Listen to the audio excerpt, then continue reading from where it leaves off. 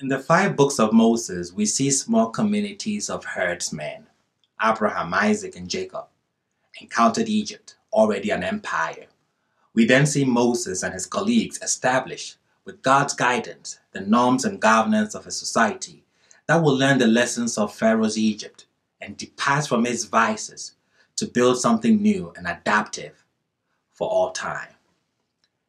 This brings us to the most common source of failure in leadership, which is people treating adaptive challenges as if they were technical problems. Technical problems are those that are largely known, and therefore the systems, processes, and cultural norms of a community are already in place to solve them. To use the medical analogy, these are the problems that doctors and nurses can fix by performing surgery or prescribing medication. In contrast, adaptive challenges demand a change of people's attitudes, values, and behavior.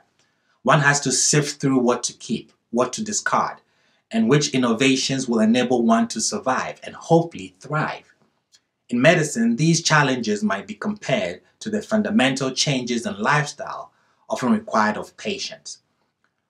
What we rather do is look for the wrong kind of leadership.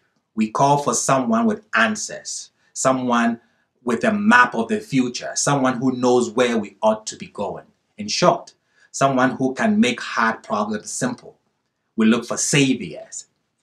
Instead of looking for saviors, we should be calling for leadership that would change us to face the problems of which there are no simple, painless solutions.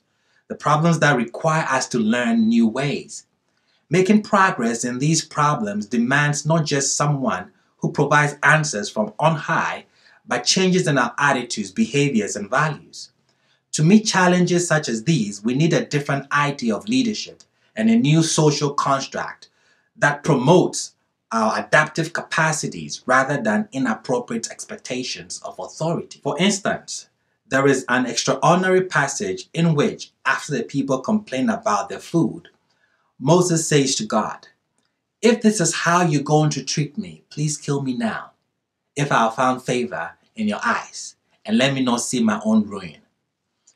What is puzzling is that the people had complained to Moses about the food before in Exodus 16.